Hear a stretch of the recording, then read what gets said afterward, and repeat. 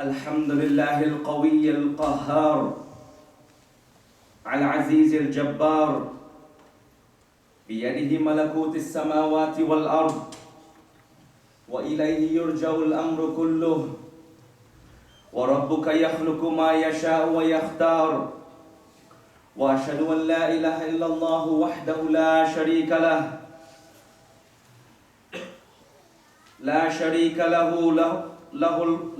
له ذو العظمة والاقتدار وأشهد أن محمدا عبده ورسوله المصطفى المختار صلى الله عليه وعلى آله وأصحابه البرة الأطهار وعلى التابعين لهم بإحسان آناء الليل والنهار وسلم تسليما كثيرا أما بعد. After giving praise and thanks to Allah subhanahu wa ta'ala, we ask that Allah subhanahu wa ta'ala accept from us our humble efforts. We ask that Allah subhanahu wa ta'ala give us a heart that is God-fearing. وَنَعُوذُ بِاللَّهِ مِنْ قَلْبٍ لَا يَخْشَعْ. We seek refuge from Allah subhanahu wa ta'ala from the heart that is not fearing. And we ask that Allah subhanahu wa ta'ala give us acceptable deeds and acceptable supplications. وَنَعُوذُ بِاللَّهِ مِنْ دُعَاءٍ لَا يُسْتَجَابُ لَهُ. And we ask that Allah subhanahu wa ta'ala, we seek refuge in Allah subhanahu wa ta'ala from supplications that are unanswered. And we ask that Allah subhanahu wa ta'ala give us beneficial knowledge. وَنَعُوذُ بِاللَّهِ مِنْ عِلْمٍ لَا يَنْفَعُ. We ask that Allah subhanahu wa ta'ala, and we seek refuge in Allah subhanahu wa ta'ala from knowledge that has no benefit. The knowledge of the Imams, ilmun azimun. Knowledge of the noble Imams is knowledge that is vital and important. If we do not know our predecessors, then we will be kal an'am. We will be like animals. Bal hum adall. Even worse than animals. We need to know, wallahi, we need to know where we come from. And we need to know our people. Imam Ahmad, rahimahullah, may Allah subhanahu wa ta'ala have mercy on him, was that illustrious Imam that came in the year 164. He appeared in the year 164 and he died 241. It means he lived for 77 years. And those 77 years of Imam Ahmad rahimahullah, it was nothing strange like the other Imams before him. In fact, the companions of the tabi'un, similar lives. In fact, the Sahaba radiallahu anhum, but before this, وَمَا نَقَمُوا مِنْهُمْ إِلَّا أَن يُؤْمِنُوا بِاللَّهِ الْعَزِيزِ الْحَمِيدِ. A mighty king put them in a ditch of fire. وَمَا نَقَمُوا مِنْهُمْ إِلَّا أَن يُؤْمِنُوا بِاللَّهِ الْعَزِيزِ الْحَمِيدِ. Why do you think he put them into the fire? Because they acknowledge that Allah is the Hamid. Every single nation where they are Muslims,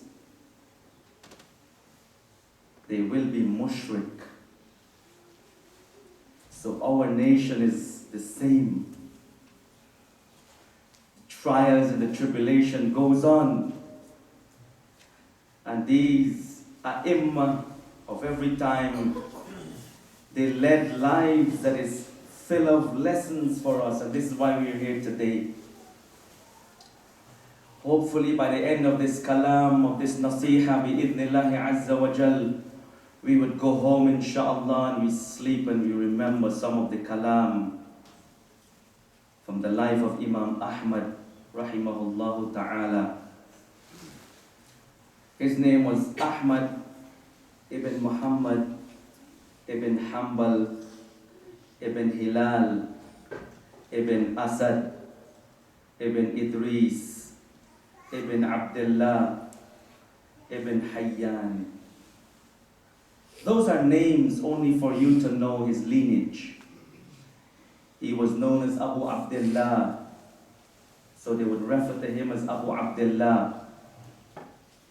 He and the Prophet ﷺ had a common ancestor from Nizar, originally from Basra, and his grandfather was Hanbal, Ahmad Ibn Muhammad. His father was Muhammad, and his grandfather was Hanbal. His grandfather was one of the supporters of the Abbasid call. He was forming, supporting the Abbasid call.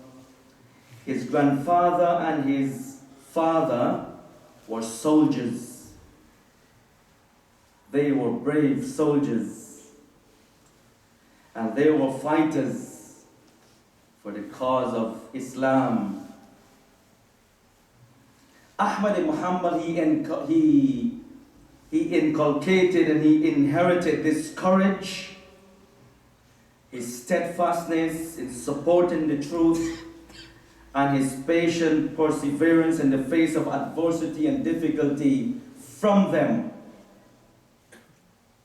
Because if you're a strong parent, you will make strong kids.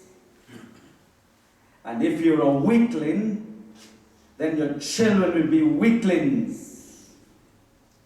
If the father is upon mediocre actions, he will produce nothing but mediocres. This is why we see the Muslims are in such a predicament.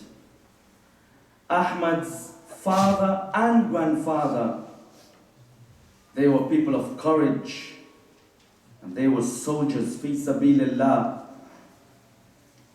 His mother was from Shaybaani tribe. Her name was Safiya bint Maymuna bint Abdul Malik ash-Shaybaani. Arab tribes used to come to stay with them. Why? Because they were generous. Today you visit a Muslim and he doesn't even offer you water, it's free. Oh no, it's not free, it's £25 a month. A sip of water Muslims don't offer Muslims today.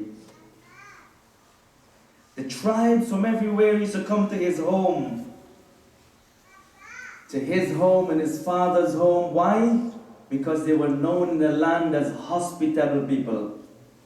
There used to be people who used to provide hospitality for many of the tribes.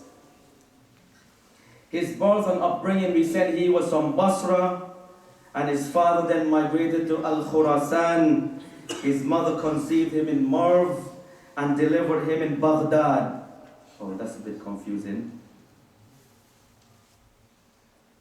So she became pregnant in Merv, and she delivered him in Baghdad, different place. In the month of Rabi al-Awwal 164. His father died while he was still young, subhanallah. While he was still a young kid. So if your father died while you're young, it doesn't mean that you have to grow up to be another bloke outside there. Another person with no vision. When I was 11 years old, my father was a Hindu and he got shot in his head. That did not stop me, subhanallah. This did not stop me, subhanallah. So here we have to have this self-motivation, this egocentrism that me, I'm a Muslim. Rabbul Alameen wants me to be a beneficial Muslim. Not a Muslim who's a weakling, has